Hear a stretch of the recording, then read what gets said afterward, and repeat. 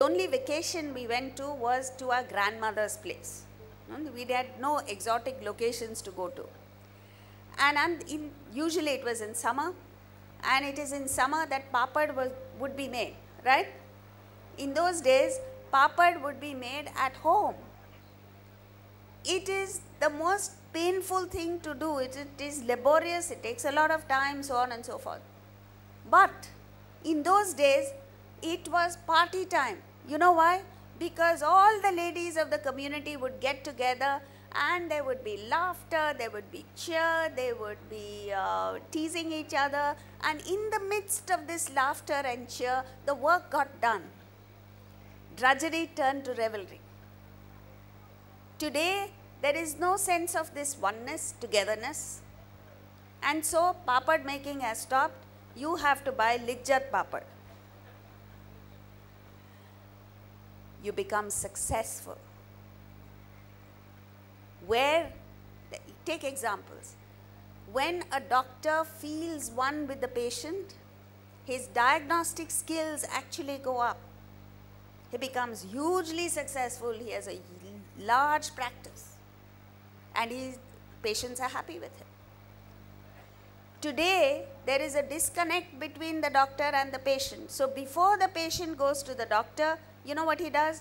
He downloads information from the net and goes armed to the doctor, not to ask for advice, but to check whether the doctor knows what he already knows.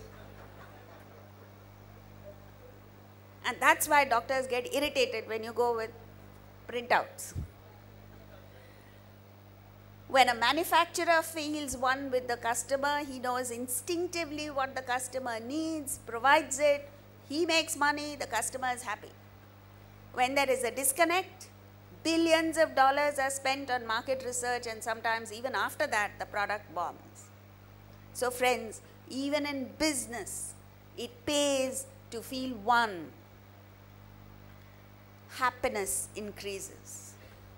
It's a law that all selfish people are tormented and unhappy. No unselfish person is unhappy. You know why? When you love another person, let's say you love all your community members. Suppose you say, I feel one with all Rotarians.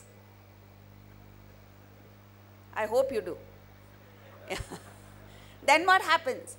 When any Rotarian anywhere in the world does well, you feel so triumphant as if it was your achievement, right? Let's take an example. When your neighbor buys a Mercedes, how do you feel? Burning inside. But if you feel one with the neighbor, he buys the Mercedes, he has to earn the money, he has to look after the Mercedes, but you feel as if it was yours. You feel as happy as if the car was yours. Tremendous payoff. You feel one with your countrymen. Any Indian does well.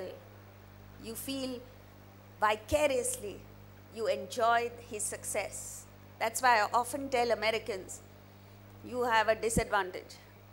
When an American feels one with his countrymen, his happiness increases only 300 million times. That's the population. Huh? When we feel one with our countrymen, straight away 1.1 billion times our happiness increases. Try it, friends. This is the truth. And then you grow. You grow into a towering personality. That ordinary Mohandas Karamchand Gandhi became the extraordinary Mahatma because of just this, feeling one. All success stories come from this capacity to feel one.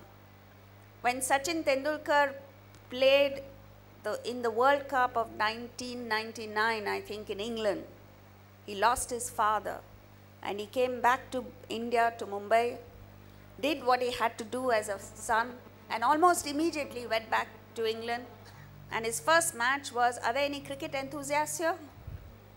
Yes, okay. First match was against Kenya. Score? 140. Excellent. And I'm not imagining it. He said, I dedicate this innings to my father.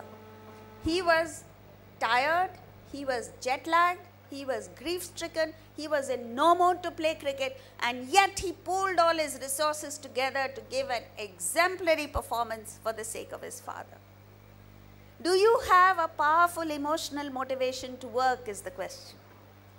You don't have to wait for someone to die. How can we live like robots? You know, like Mark Antony says in Julius Caesar, you're not wood, you're not stone, you're human beings. And being human, surely you must feel for someone or the other, for something or the other. And it is this feeling that brings out the best in you.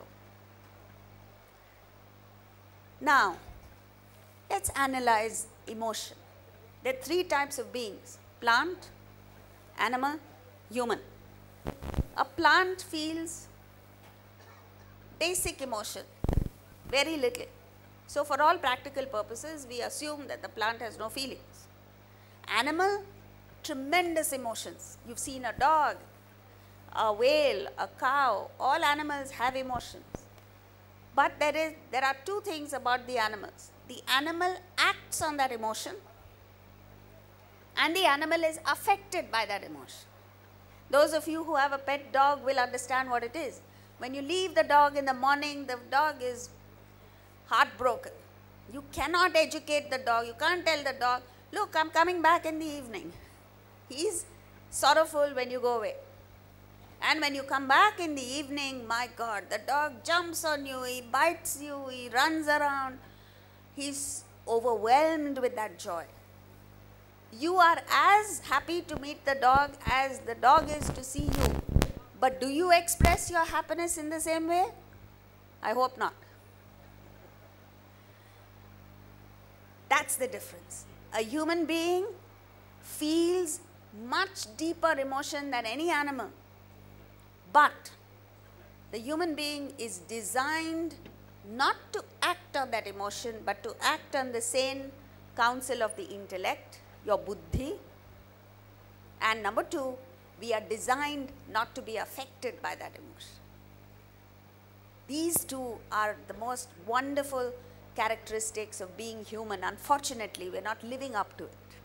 We also act like on emotion, and we get affected by that emotion. Love is not self-love. Self-love becomes attachment. It is a genuine concern for the other person.